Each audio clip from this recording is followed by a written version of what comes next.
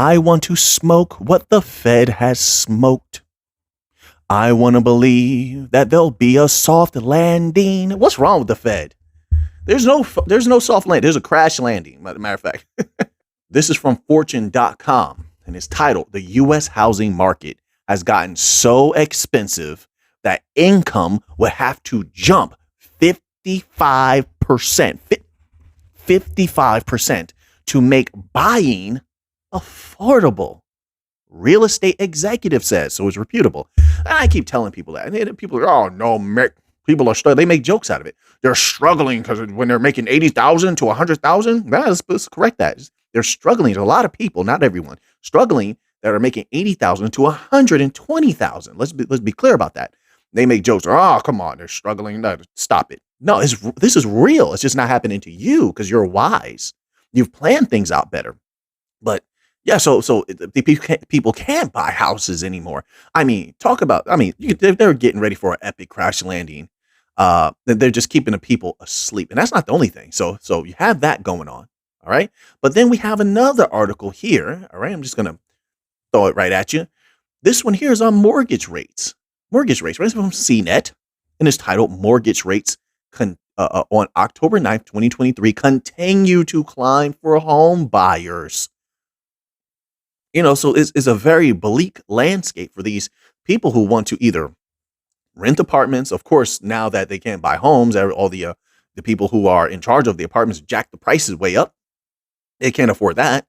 And then you have things like this here. It says a variety of important mortgage rates went higher over the last 7 days. The average interest rate for both the 15-year fixed and 30-year fixed mortgage rates both crept higher. Oh, my word. Oh, then they talk about the Fed. I don't even want to see the name Federal Reserve right now. They are such liars. My word. But it takes people like us, you and I, to talk about the truth here, what's really going on.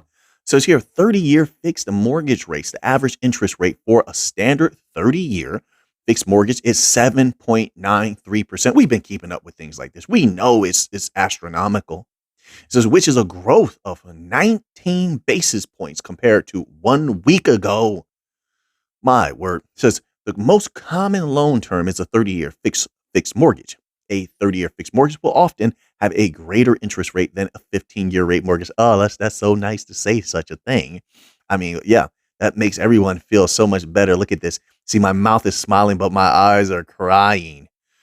Well, not really. I'm just kidding around. I'm okay. Listen, through hard work, planning, and things like that. I think a lot of people out there are going to be okay, but it has to be said to others, not financial advice. I'm just saying, as in casual conversation out there, people are having, it behooves them to let their loved ones know, hey, tighten up the belt a little bit, plan things out a little bit, because things are looking a little bit tough right now. You get what I'm saying? All right. 15 years, since they want to talk about the 15-year, right? It must be so much better. 15-year fixed mortgages. The average rate for a 15-year fixed mortgage is 7.08%, which is an increase of probably a little bit, right? Just a little bit. 18 basis points compared to a week ago. I want to believe that there'll be a soft landing. Walking around with that. Wait, what do they call it? Debt. Yeah, I'm taking it. Why not? I grew up with the movie. I watched the movie. I liked the song from the movie. What do you want me to do? So it says, however, as long as you can afford the monthly payment. What is this advice? I hope this is not advice. Are you serious right now? You'll definitely have a larger monthly payment with a 15-year fixed mortgage compared to a 30-year fixed mortgage, even if the interest rate and loan amount are the same. However, as long as you can afford the monthly payments, there are several benefits to a 15-year loan. I don't know if I read that wrong. I'm taking it the wrong way. Listen, my mind state is this: save, save, save, save. Invest properly.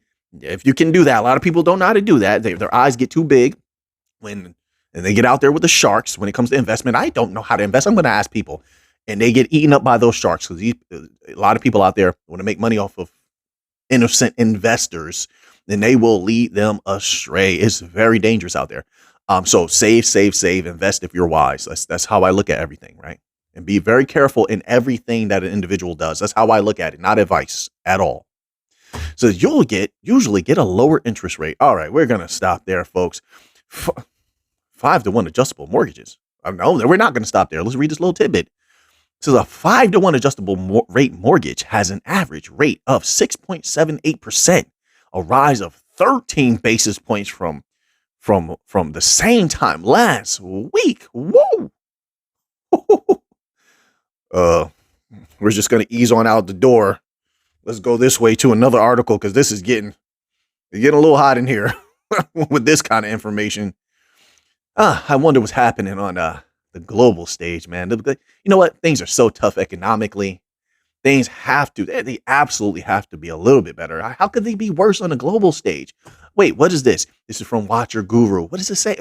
BRICs dumps over 17 billion in U.S. treasuries in a month. So the dumping of everything West continues. The BRICS nation continues their assault on the West. Holy smokes. They are relentless. They're dumping all types of, well, let's read this little tidbit here. Why not? It says BRICS dumped a total of 17.4 billion in U.S. treasuries in September 2023. The latest data from the U.S. Treasury Department highlighted that China, Brazil, Saudi Arabia sold the highest last month. The BRICS alliance is offloading billions worth of U.S. government bonds to stop the dollar from ending on a high against local currencies. And yet people will tell me, oh, no, there's no war on the dollar, Mick. There's not a war on the dollar, and yet they're doing this to stop the dollar from ending on a high.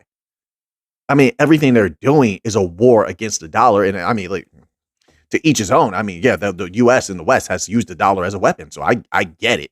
I get it. But to go the opposite direction and say, no, they're not going against the dollar, it's impossible. No, it's not. It's happening. It definitely is happening. All right. So let's, oh my word. And Europe they continue to be in big trouble. I told people about Germany. I told people that Europe was feeling the pain of following the United States' every movement lockstep. And they definitely have. They have so many ties to these countries that they have conflict with now. I'll say it like that to keep the channel safe. And they are suffering badly. This last article here, I'm just simply going to read the title. It's from DW.com, and it says, Germany is headed for a deeper recession now. Germany, I don't know if it's still this way, at one time was the biggest economy in Europe. So if they're experiencing a severe recession, and a lot of other parts of Europe are not doing that well from what I've read, then what does that mean? What are the implications for the body of Europe if Germany is about to go into a deeper recession? There are a lot of solutions. I think the people primarily going to need to, take precautionary measures, protect themselves, protect their wealth, protect their houses, their children, things like that. There's going to have to be adjustments made. But yes, Europe is about to go through a very, very tough time period, my humble opinion. If they were to turn around the ship, it's going to take a whole lot of changes of mind, which means they're going to have to swap out a lot of people that are in charge over there making decisions, because the decisions that they've made are just not sound for the progression of the people on the ground. The people on the ground are taking a big kick in the pants right now. So now that you have that information, what are you going to do with it? I know what I'm going to do with it.